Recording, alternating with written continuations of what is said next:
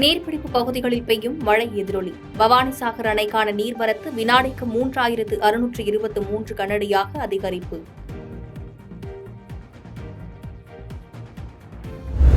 Armstrong படுகொலை சம்பவத்தில் encounter செய்யப்பட்ட திருவேங்கடத்தின் உடல் உறவினர்களிடம் ஒப்படைப்பு. பிரேத பரிசோதனை முடிந்த நிலையில் அவரது தந்தை மற்றும் சகோதரியிடம் உடல் ஒப்படைப்பு. டெல்லி மதுபான கொள்கை முறைகேடு தொடர்பாக அரவிந்த் கெஜ்ரிவாலிடமும் ஆம் ஆத்மி நிர்வாகிகளிடமும் நடைபெற்று வந்த விசாரணை முடிவு. அமலாக்கத்துறை தரப்பில் தகவல். கிரிக்கெட் மைதானங்களில் புகையிலை மற்றும் குட்கா போதைப் பொருட்கள் தொடர்பான விளம்பரங்கள் ஒளிபரப்புவதை நிறுத்த வேண்டும். பிசிசிஐக்கு மத்திய சுகாதாரத்துறை அமைச்சகம் கோரிக்கை வைத்துள்ளதாக தகவல். காமராஜர் பிறந்த நாளில் அரசு பள்ளிகளை கல்வி கோயிலாக மாற்ற உறுதியேற்போம் என பாமக தலைவர் அன்புமணி ராமதாஸ் எக்ஸ் வலைதளத்தில் பதிவு. விக்கிரவாண்டி சட்டமன்ற உறுப்பினர் அன்னியூர் சிவா ஜூலை 16 பதவியேற்பு.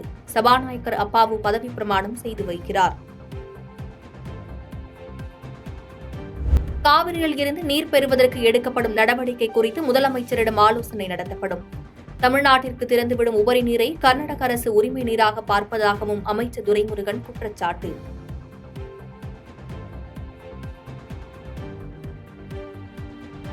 சட்டவிரோத பண பரிவர்த்தனை தொடர்பாக அமலாக்கத்துறை கைதை எதிர்த்து ஜாஃபர் சாதிக் மனு விசாரணையை ஒரு வாரத்திற்கு ஒத்திவைத்தது சென்னை உயர்நீதிமன்றம். மறைந்த முதலமைச்சர் ஜெயலலிதா மருத்துவமனையில் அனுமதிக்கப்பட்டிருந்த காலத்தில் நிகழ்ந்த சம்பவங்கள் குறித்து விசாரிக்க சிபிஐ விசாரணை கோரி வழக்கு.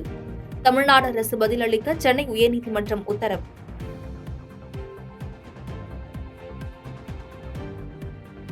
பாதகம் செய்பவரை கண்டால் நாம் பயங்கொள்ளலாகாது பாப்பா.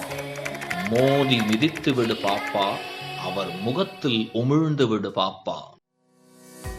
அண்மை செய்திகளை உடனுக்குடன் தெரிந்து கொள்ள இணைந்திருங்கள் இயம்நாடு தொலைக்காட்சியுடன்.